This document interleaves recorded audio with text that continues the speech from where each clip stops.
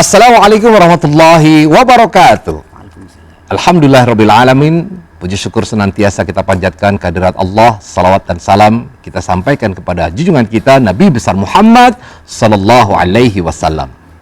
Pemirsa Yus TV di mana saja Anda berada, kita berjumpa kembali di Kiswah Kajian Islam Ahlus Sunnah wal Jamaah bersama Kiai Misbah. Kita akan sapa dulu Kiai Misbah. Assalamualaikum Kiai. Waalaikumsalam warahmatullahi wabarakatuh. Gimana sehat ya Kiai? Alhamdulillah. Nah Kiai, ini kan kita dari kemarin ini bicara tentang kajian Islam Ahlus Sunnah wal Jamaah bersama Kiai Misbah. Nah, tapi kita barangkali pemirsa masih penasaran nih, yang dimaksud dengan kajian Islam Ahlus Sunnah wal Jamaah itu apa sih? Apa ciri-cirinya Kiai? Terima kasih Mas Agus. Jadi Ahlus Sunnah wal Jamaah itu ya ma'ana alaihi wa ashabi. Ya. Ajaran yang sesuai dengan aku, katanya Nabi, ya, dan ajaran yang sesuai dengan para sahabatku. Itu prinsip-prinsip Ahlus Sunnah wal Jamaah. Sehingga kita itu ingin mengatakan bahwa seluruh amaliyah kita, ya, ibadah kita itu harus sesuai dengan apa yang diajarkan oleh Kanjeng Nabi Muhammad dan para sahabat dan para ulama. Masya Allah. Karena di akhir zaman ini Mas Agus, macam-macam aliran, macam-macam pemahaman, ya, maka harus ditarik kembali bahwa seluruh amaliyah kita, apakah itu tahlilan, apakah itu istighosahan, ya, selamatan, maka harus bersumber kepada ajaran Kanjeng Nabi Muhammad, ajaran para sahabat, ajaran para ulama. Karena itu mengapa kemudian setiap pengajian saya itu pegang kitab. Ya. Saya khawatir kenapa takut saya itu keluar daripada pakem. Masya Allah.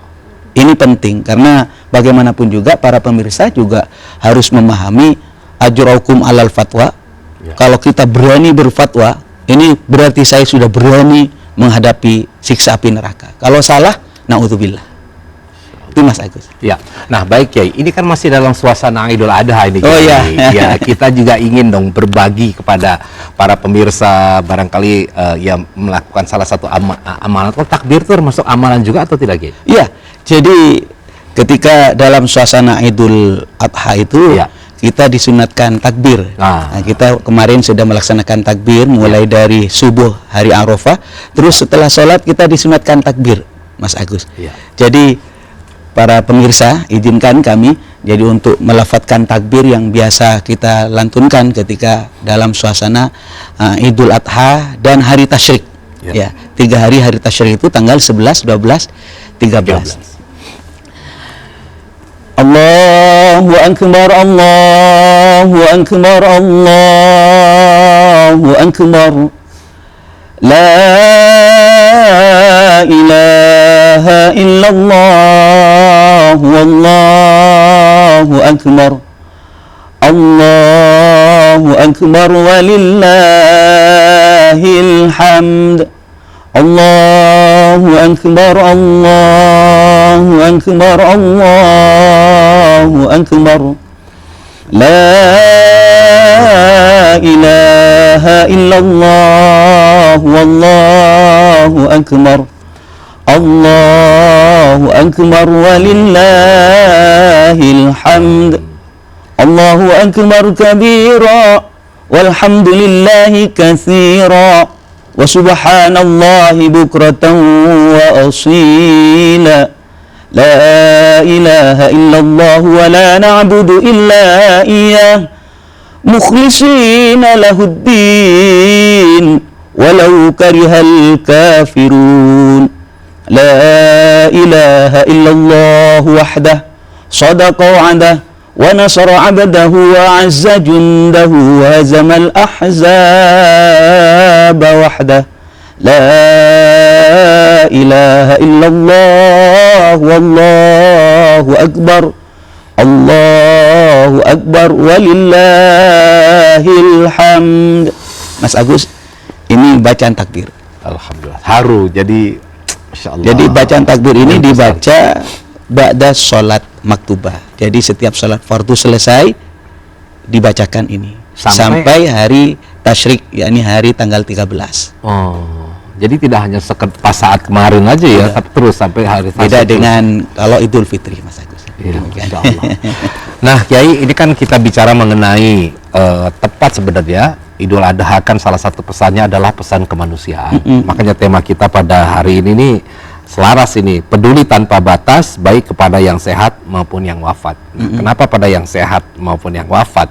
Jadi yang namanya peduli kepada orang susah tuh pemirsa, yang sehat juga bukan hanya sekedar yang sakit gitu loh, tapi juga orang susah yang sehat harus kita peduli. Kenapa? Supaya mereka bisa kemudian terbantu dengan apa yang kita pedulikan itu. Nah, baik, kita langsung akan berbincang-bincang dengan Kiai. Silakan Kiai. Terima kasih Mas Agus. Kita punya tradisi baca kitab, yakni yang sekarang saya baca adalah kitab hadis, yakni Arba'in Nawawi, berisi tentang hadis apa yang disampaikan oleh Kanjeng Nabi Muhammad SAW. Namun sebelumnya begini Mas Agus, kita peduli kepada orang yang hidup, itu adalah perintah agama. Peduli kepada manusia siapapun dia. Mengapa kemudian dalam Al-Quran perintah-perintah sholat itu selalu bersanding dengan kewajiban zakat? Aqimus sholah wa atuz zakah. Selalu begitu. Karena kita tidak cukup hanya berhubungan dengan Allah, tapi juga kita berhubungan dengan makhluknya Allah.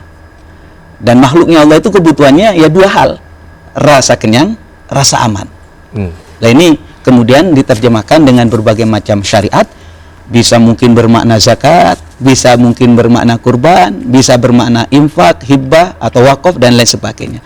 Semuanya itu dalam bentuk bagaimana kita peduli kepada makhluknya Allah, baik yang hidup maupun yang wafat.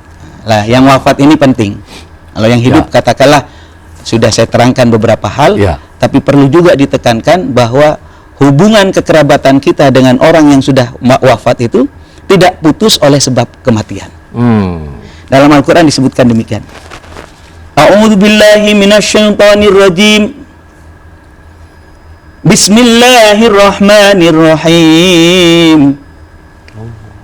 Walladzina ja'u min ba'dihim yaquluna rabbana ighfir lana wa li ikhwanina alladzina sabaquna bil iman wa la taj'al fi qulubina ghillan lil ladzina amanu rabbana innaka ra'ufur rahim. Ayat ini Mas Agus meneguhkan bahwa orang-orang yang sudah wafat itu, yang beriman itu, kekerabatannya itu tidak putus. Jadi kita yang masih hidup ini dianjurkan untuk membaca istighfar. Astaghfirullahaladzim, aku mohon maaf ya Allah untuk aku, untuk diriku.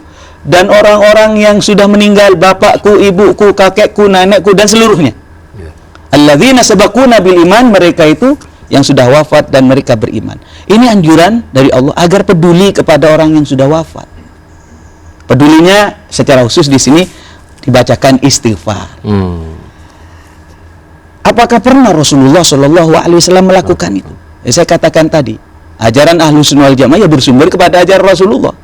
Rasulullah pernah satu ketika Kanjeng Nabi Muhammad SAW mendengar istrinya, yakni Siti Aisyah, mengeluh begini. Wa ra'sah, katanya. Aduh, kepalaku sakit, katanya Siti Aisyah. Apa katanya Kanjeng Nabi Muhammad SAW? Dzaki law kana hayyun fa astaghfiru laki wa adu laki. Siti Aisyah, kalau kamu sakit kemudian wafat oleh sebab sakit ini, saya akan membaca istighfar untuk kamu dan saya akan mendoakan kamu. Inilah kemudian yang menjadi dasar kenapa kemudian kita punya tradisi, misalnya Mas Agus, tahlilan, doa arwah, kirim doa, kirim sedekah kepada orang-orang yang sudah wafat.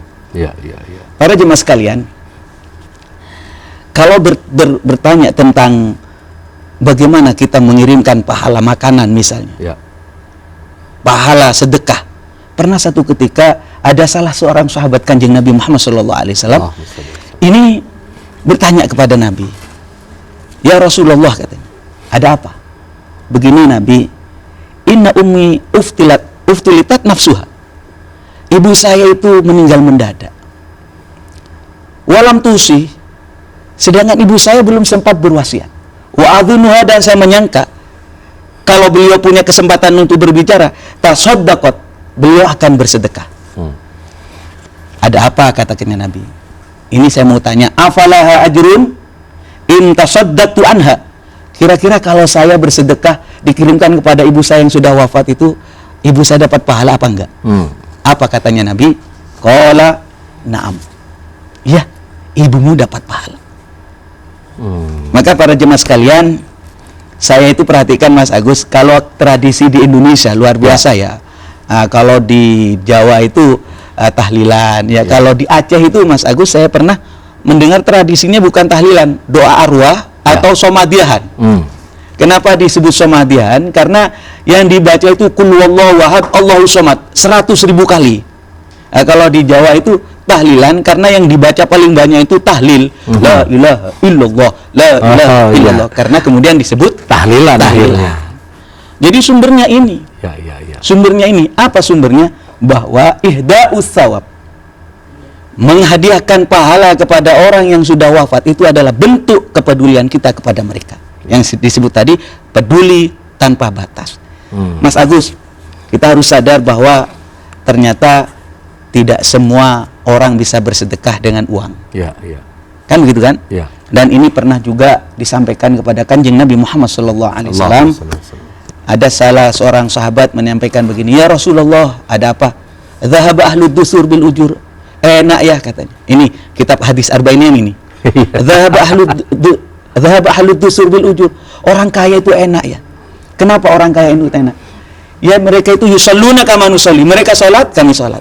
Wa yasumuna kama nasum, mereka puasa, kami juga puasa. Tapi mereka wa yatasaddaquna bi fuduli amwalihim, mereka bisa bersedekah dengan kelebihan harta mereka.